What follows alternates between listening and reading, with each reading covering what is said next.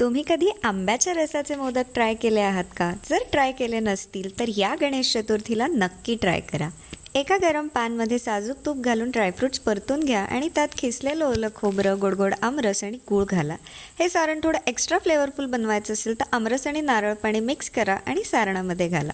तर हे मिश्रण छान घट्ट होईपर्यंत शिजवा आणि शिजत आलं की त्यात वेलची पावडर आणि जायफळ किसून घाला. उकड काढण्यासाठी एका पातेल्यात तूप गरम करून लगेच पाणी ओता आणि मग थोडासा आमरस आणि केशर घालून छान उकळी काढा आणि चाळवलेलं तांदळाचं पीठ घालून छान मिक्स करा. मला केशर खूप आवडतं म्हणून मी केशर आणि आमरस मिक्स करून उकडीवर घालून छान झाकून ठेवलं आहे. उकड परातीत घेऊन छान मऊसूत होईपर्यंत मळून घ्या. आता मोदकाला छान शेप देऊया. आधी छान गोल गोल पारी करून घ्या. नाजूक पाकळ्या काढा. सारण भरून मोदक वळून घ्या. तुम्हाला जमत नसेल तर तुम्ही मोल्ड देखील वापरू शकता. आता हे छान वळून झालेले मोदक पात्रात वाफवून घ्या आणि डन, तयार आहेत तुमचे मोदक.